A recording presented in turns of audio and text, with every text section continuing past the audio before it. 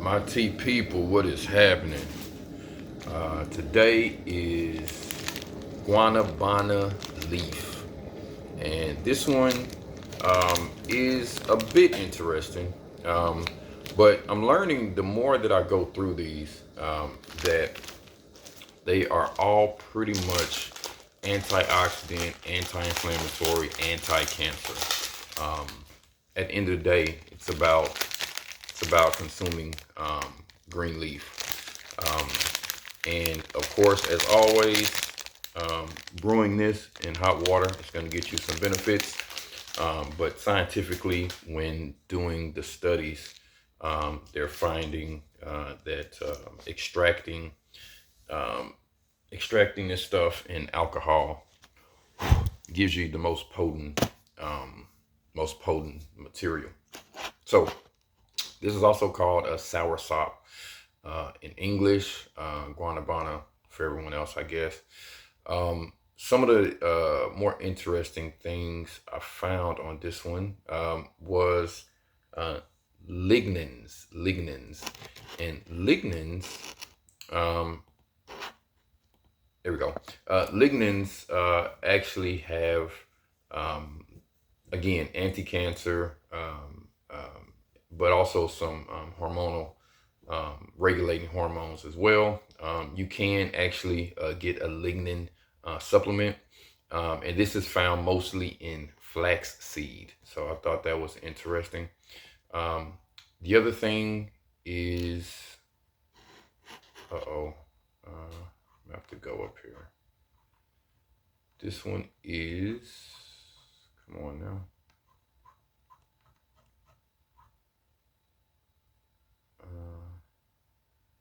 Uh-oh.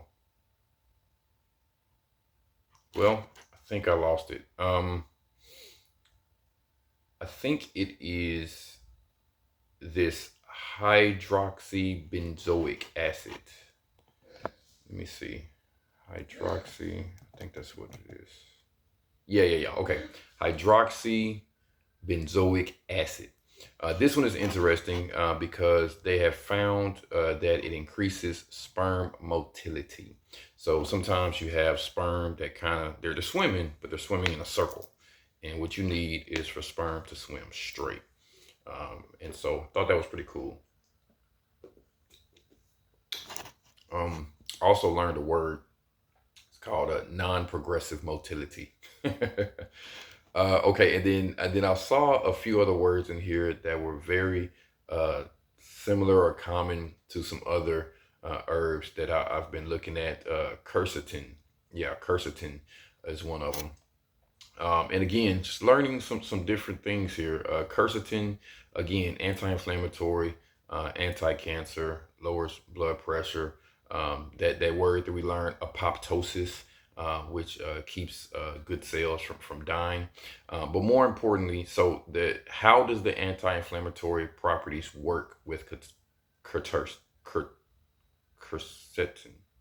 Quercetin, yeah, that's how you say it, quercetin. It works by increasing the expression of IFNY cells and decreasing the expression of IL-4 positive cells. Well, what does that mean? That means that it helps to promote the development of immune cells while also reducing development of these what they call bad cells, basically. I'm just gonna say it that way. It can get a bit more complicated than that. I'll definitely put a link to this stuff in the description. But yeah, for the most part, like I said, they're calling it anti-inflammatory because it promotes the development of immune cells while also lowering the development of bad cells, we'll call them. The other one that I've seen before is camphorol. And camphorol, again, anti-inflammatory, anti-cancer. But importantly, though, I was looking at, the richest plant sources of camphorol are green leafy vegetables, including spinach, kale, dill, tarragon, things of that nature. So, again, soursop leaves are not going to be the best way to get this camphorol, but the camphorol is in here, and that's what's cool about this. And again, we're just talking about anti-inflammatory, anti-cancer. All right, the last one is ellagic ellagic acid. Mm. This one is found primarily in pomegranates. Um, and it is really good at protecting cells from oxidative damages caused by free radicals. So again, we're talking about anti-cancer. Now, I'll tell you right away. Now you can buy extracts of this. You can also buy the leaves, of course. Um, I don't know if I'm going to be adding this um, to my stash of teas. I do like the idea that it helps with sperm motility. That's pretty cool. I don't think there's anything that I have that has that sort of benefit. So that's really cool. But not happy with the flavor. Now, that may have something to do with the quality of the leaf, but I don't know because to be honest with you, what I've been getting every time that I buy any of this stuff is what looks like a decent quality to me. Um, but it tastes a bit dirty, I guess is the word.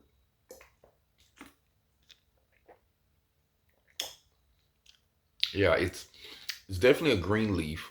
It's definitely sweet, not bitter at all. But it's like a almost sort of a smoky flavor. But it's definitely not smoke. Um, and it's not dirt either because like the brew is not like gritty or anything. Like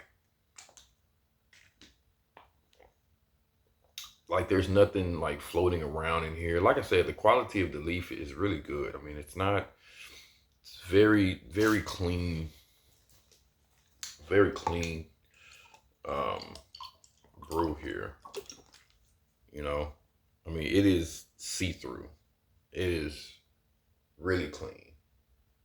There's barely any leaf material at all. A tiny bit. Um, but again, the flavor is just not.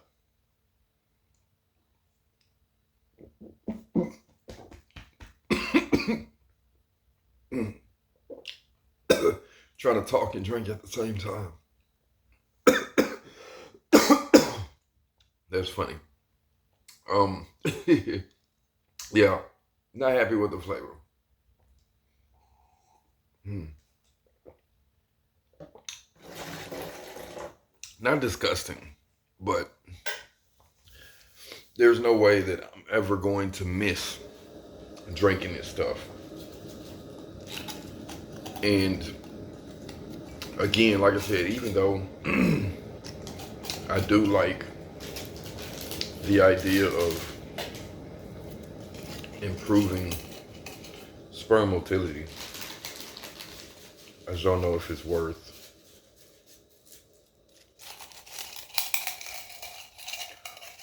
making this part of my diet because for me that's the idea of tea, right? Is that it's not it's not taking a super concentrated medicine that can have side effects, but it's incorporating these things, these foods and these beverages into my daily diet so that you're getting a small amount of these chemicals over a long period of time, you know? And so for me, I want these foods and these beverages to be things that I really enjoy eating and drinking. So much so that like I will be I will be like looking forward to and missing these things when I don't have them, you know? And I can definitely say that for some things. Even um even there's a few herbs that is not so much it's not so much the flavor that I think about and I miss, but it's the benefits, right? Like the benefits are so awesome that I want to drink it, right? I want to have it. Um, and so for this one, like I said, it has the typical normal, you know, anti whatever, but it doesn't have enough, you know. And yeah, even the smell of the wet leaf is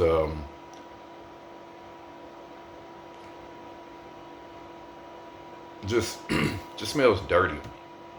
The other thing that I think is important is that these dry leaves are being sold um, as you know a leaf that you're going to be making a tea with, and so you hope that these leaves are not being sprayed and this sort of thing.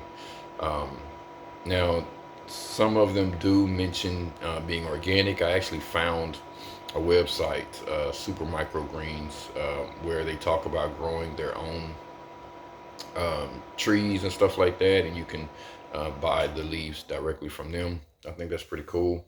Um, so you definitely do want to have that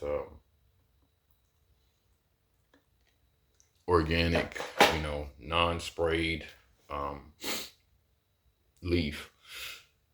And that's kind of the other side of this for me too. It's like if I have a soursop tree at home, then I definitely for sure um, will use the leaves. And because I've gone through this studying process and learning and reading, I'll know what those leaves are good for and maybe how best to prepare them. Maybe even make some tinctures using alcohol. But I can't imagine buying these items. Is what I'm saying. As far as anyway, the soursop leaf. Some stuff, like I said, is so good that like I'll spend money on that. I'll buy that for sure. All right. Let's see what this is gonna be hot. I don't have I don't have any I don't think it's gonna be very good. Like I say, the smell of the wet leaf is already sort of weird, and color didn't change much at all. It's barely, barely, barely green, and I let it hang out for at least a minute. I'm going to use the rest of this hot water and let this just sit for as long as it can and see what happens on the second steeping.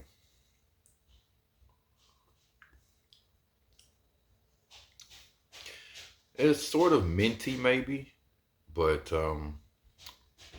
still like has that weird sort of dirty flavor.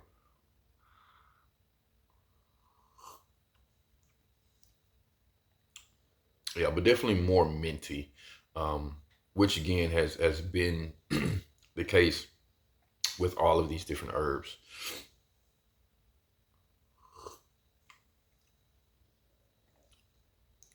So again, not terrible. It's sweet. It's not bitter.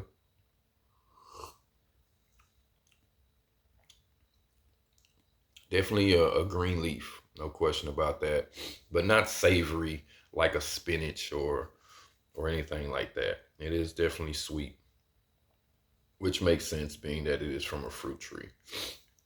So yeah, I mean, I don't think I can say anything more about it. It's pretty cool. I like the idea that it helps with sperm motility. Um, just not my favorite.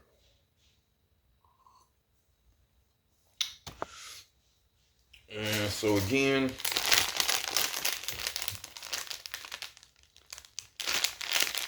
yeah, this one is from Salsa Havana LLC, packed and distributed in Fort Worth, but it is a product of Mexico. So yeah, from me to you.